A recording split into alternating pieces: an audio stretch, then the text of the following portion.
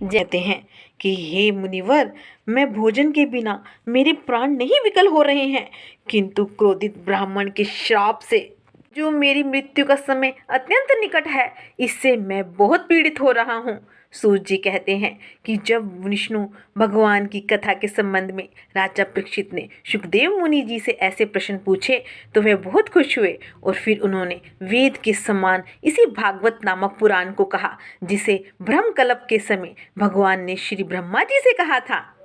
बोलिए कृष्ण कन्हैया लाल की जय। श्रीमद् भागवत के द्वितीय स्कंद में ब्रह्मा जी का तपस्या करना और भगवान विष्णु के दर्शन होने पर उनसे सृष्टि रचना के लिए शक्ति मांगना, भगवान का ब्रह्मा जी को उपदेश देना, आइए जानते हैं। एक समय ब्रह्मा जी सृष्टि रचना करने बैठे, किंतु उन्हें वह बुद्धि ना प्राप्त हुई। तब उन्होंने एक समय जल में 2 बार कहे हुए 2 अक्षरों का ऐसा वचन सुना कि तप करो ऐसी ध्वनि को प्रकट हो रही थी। और तब ऐसी ध्वनि किसने कही है, उसका दर्शन करने के लिए ब्रह्मा जी चारों ओर देखने लगे, लेकिन वह दर्शन कहाँ।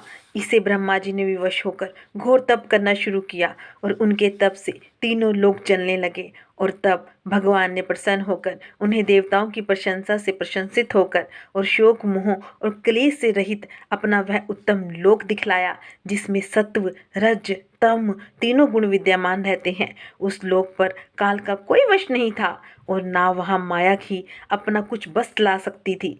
भगवान ने उस लोक की रमणीयता कही नहीं जाती, चारों ओर सौंदर्य फैला हुआ था।